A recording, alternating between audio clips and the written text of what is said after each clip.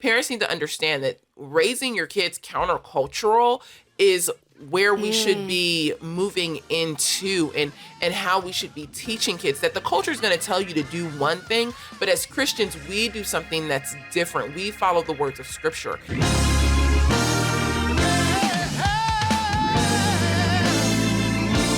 So when we're thinking about this discussion of identity, we've found it's really helpful to start with, all right, let's just put it on the table. What are the words? What are the labels that culture is calling us, everyone in the room, and understanding that culture calls us all names. Yes. And it doesn't matter. There's no need to shy away from the reality of the conversations that we're all seeing. Yeah. So let's put it out there on the table, and let's just put it out there. Yeah. Are you seeing the same thing I'm seeing? Because this is what I'm seeing. Yeah.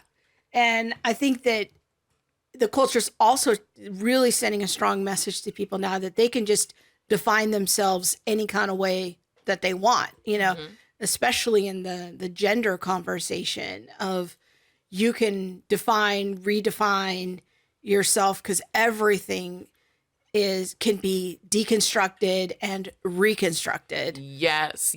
I think it was probably a couple of months ago now where I sat with Elizabeth Urbanovitz during one of our family meetings and talked about how young people are being encouraged to redefine themselves as early as like age 5 or 6, to select their pronouns, to choose whether or not they are a boy or a girl or something else. So this is just an example of how culture invites us to redefine ourselves, redefine our identity, or is seeking to speak an identity over us that we don't find in Scripture. That's really good.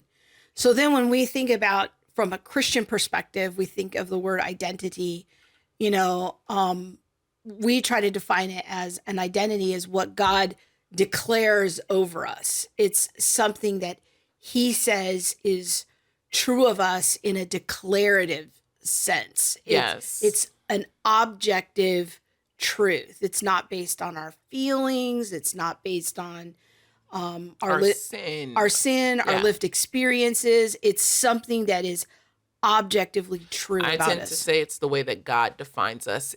That is our core identity. Okay. So then often what we do is we have people, depending on what audience we do this in, we give them a list of scriptures of who does God say you were? Yes. Apart from him. Mm-hmm. And that's an interesting discussion. Maybe we should talk about like a few of the things that commonly come up in that. Yeah, I think we were separated from God, not part of the covenant, created in God's image, male or female. I think I said separated. We were dead in our trespasses. So there are a number of things that come up that describe who we were apart from Christ. But I think it's interesting to realize that we were still, even apart from Christ, even for the non-believer today, they are still created male or female, created in God's image, created to work, created as social beings. Genesis 1 doesn't go away. Yeah. Genesis 1 is still as true today as it was when it was written. Yeah, and that spoken. That leads us right into like what we call kind of our first identity, which is our creation identity. Mm-hmm. And I think we have a little slide sort of summarizing some of these big picture points, so people follow the conversation. Is our creation identity is our identity as human beings, as defined by God from the beginning. And I love how you say that, is that, it's looking at it scripturally. Because I think so often in our culture we quickly relegate to what's culture saying I am? What do my emotions say? What does my lived experience say? So a lot of the things that you just said kind of on the slide here is we're created in the image of God. We're male or female. We're created to get married and procreate, created to work, social creatures, but also fallen creatures. Yes, and we always highlight that, no, we weren't created fallen.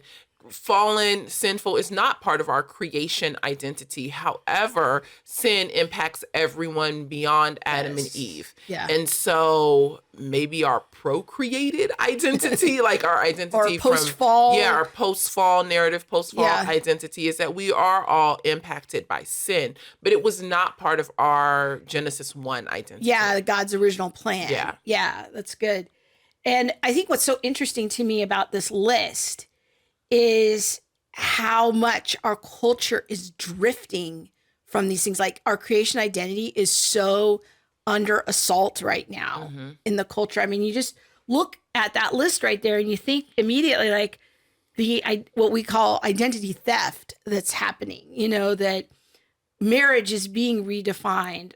Divorce rates are continuing to escalate. The redefinition of sex and gender and that confusion, hookup culture, porn culture, even like the pressure now for young people to not have as many children, and the whole control of even some world government entities to control how many children you have.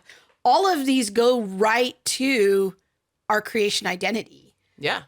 And so there almost is a sense of like, if you just show up and you do these things, you're already engaged in like an alternative lifestyle. Yeah, definitely. No, I think that's really important. Understanding, because what we say on our podcast and what we say in trainings is that parents need to understand that raising your kids countercultural is where we should be moving into, and how we should be teaching kids that the culture is going to tell you to do one thing, but as Christians, we do something that's different. We follow the words of Scripture. And what you're saying is like the list of how we can begin to train children to live counterculturally. Yeah. Work. Yeah. Get married. Have kids, and wait till you're married to have kids. Yeah. These are things that are countercultural. Believe in sex, and when I say sex, I mean male or female, yeah. compared to gender, which could be male, female, tree, they, whatever.